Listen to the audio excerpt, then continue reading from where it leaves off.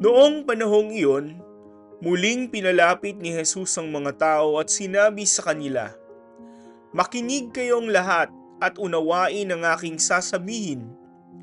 Hindi ang pumapasok sa bibig ng tao ang nakapagpaparumi sa kanya sa mata ng Diyos, kundi ang mga nagmumula sa kanya.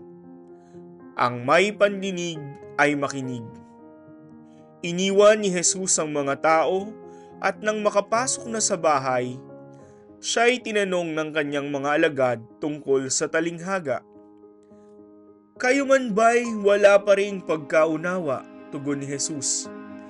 "Hindi ba ninyo alam na hindi nakapagpaparumi sa tao ang kinakain niya, sapagat hindi naman pumapasok iyon sa kanyang puso, kundi sa tiyan, at pagkatapos ay idinudumi?"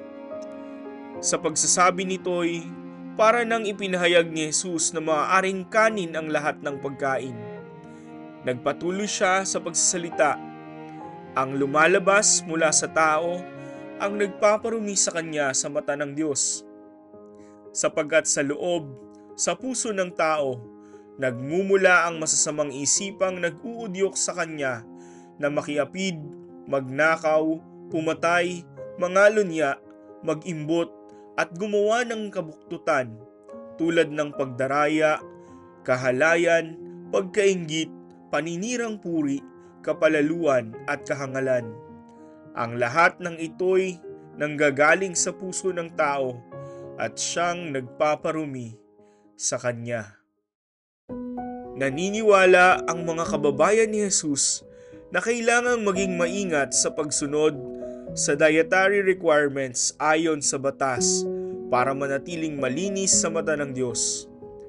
Tinuligsa ni Jesus ang paniniwalang ito.